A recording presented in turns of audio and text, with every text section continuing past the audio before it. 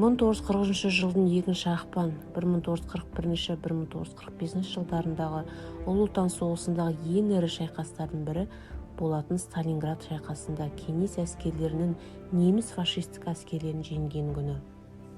1942 жылы 17 шілдеде басталып, 1943 жылы 2 ақпанда аяқталды. Соғыс қимылдарының сипаты бойынша Сталинград шайқасы екі кезеңге бөлінеді.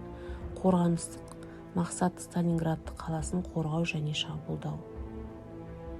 1943 жылы 2 ақпанда Сталинград бағытында әрекет ететін фашистік әскерлердің тобының талқандалуымен аяқталды. Неміс фашистік қолбасшылық 1942 жылдың жазында елдің оңтүстігіндегі кеңес әскерлерінің талқандауы, Кавказдың Дон мен Кубаның бай ауылшаруашылық аудандарын иемдеуі, елдің орталығын Кавказбен байланыстыратын коммуникацияларды бұзу және соғыстың аяқталуына жағдай жасауды жоспарлады. Сталинград бағытында алға жылжу үшін генерал-полковник Фридрих Паулстың басшылығымен 6-шы армия және 4-ші танк армиясы бөлінді. 17 шілдеге қарай 6-шы немесе армиясының құрамында 270 мыңға жуық адам, 3000 мылтық пен миномет, 500-ге жуық танк болды. Оны 4-ші әуе флоты 1200 жауынгерлік ұшаққа дейін қолданды. Неміс фашистік әскерлерге 160 мың адам, 2,2 мың мылтық пен миномет, 400-ге жуық танк болған. Сталинград майданы қарсы тұрды. Оны 8-ші әуе армиясының 454 ұшағы, 200-ге жуық алыс қашықтықтағы авиациялық бомбалаушы қолданылды. Қорғаныс операциясы Чир мен Цыма өзендерінің шекарасында қалған алыс қашықтықта басталды. Жоғарғы бас қолбасшылықтың ставкасы Сталинград бағытындағы әскерлерді жүйелі түрде күшейтті. Неміс қолбасшылығы тамыз айының басында 8-ші Италия армиясы мен 3-ші Румыния армиясының жаңа күштерін шайқасқа енгізді. Жау Донның үлкен иілуінде кеңес әскерлерін қоршауға, Калач қаласының аймағына кіруге және батыстан Сталинградқа өтуге тырысты, бірақ ол мұны жүзеге асыра алмады.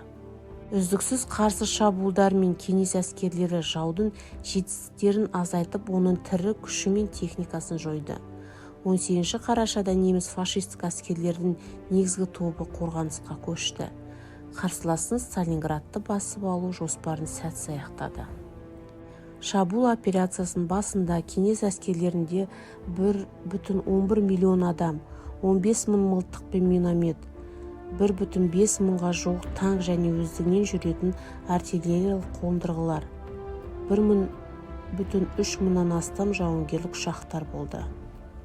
Оларға қарсы тұрған қарсыласта 1,1 миллион адам, 10,2 мың мылтық пен миномет, 675 танк пен шабуыл мылтығы, 1216 жауынгерлік ұшақ болған. Майдандардың негізгі соққыларын бағыттарында күштер мен құралдардың нәтижесінде кеңес әскерлерінің жауды едәуір артықшылығы құрылды. Жаудың негізгі тобының қапталына соққы берген оңтүстік батыс және Сталинград майдандарының әскерлері 1942 жылы 23 қарашада оның айналасындағы жауып тастады. Оған 22 дивизия және 6-шы армияның 160-дан астам жеке бөлім және жаудың 4 панзерлік армиясының бір бөлігі кірді. 12 желтоқсанда неміс қолбасшылығы Котельников кентінің маңында қоршалған әскерлерді соққымен блоктан шығаруға тырысты, бірақ мақсатқа жете алмады. 16 желтоқсаннан бастап Орта Донға кеңес әскерлерінің шабуылы басталды. Бұл неміс қолбасшылығы қоршалған топты блоктан шығарудан бас тартуға мәжбүр етті. Генерал-лейтенант Константин Росаковскийдің басшылығымен Дон майданымен қоршалған әскерлерді жеңу үшін Сақина деп аталатын операция жасалды. Операция 1943 жылы 10 қаңтарда басталды. 26 қаңтарда 21 армия Мамаев Курган ауданын 62 армиямен біріктірілді. Жау тобы екі бөлікке бөлінді. 31 қаңтарда генерал-фельдмаршал Фридрих Паулс бастаған оңтүстік әскерлер тобы қарсылықты тоқтатылды. Ал 1943 жылы 2 ақпанда қоршалған жауды жоюдың аяқталу болды. Шабуыл барысында 1943 жылы 10 қаңтар мен 2 ақпан аралығында 91 мыңнан астам адам тұтқынға алынып, 140 мыңға жуық адам жойылды. Сталинградты шабуыл операциясы кезінде неміс 6 армиясы мен 4 танк армиясы, 3 және 4 ру мен әскерлері, 8 итальяндық армия жеңілді. Жаудың жалпы шығыны шамамен 1,5 миллион адамды құрады. Германияда соғыс жылдарын алғаш рет ұлттық азап тұту жарияланды. Сталинград шайқасы Ұлы Отан соғысында түбегейлі бетбұрыс жасауға шешуші үлес қосты.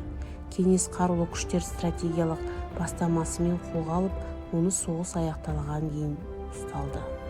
Сталинград түбіндегі жеңіс кеңес әскерлерінің қажырлы табандылығының басталғандығы мен жаппай ерлігінің нәтижесі болды. 10 мыңдаған сарбаздар мен офицерлер үкіметтік наградамен марапатталды. Ең ерекшеленген 112 жауынгер кеңес одағының батырлары болды. Қаланың қаһармандық қорғанысының құрметіне кеңес үкіметі 1942 жылы 22 желтоқсанда Сталинградты қорғағаны үшін медалін құрды. Оған 700 мыңнан астам шайқас қатысушыларға марапатталды. 1945 жылы 1 мамырда жоғарғы бас қолбасшының бұйрығымен Сталинград батыр қала деп аталды.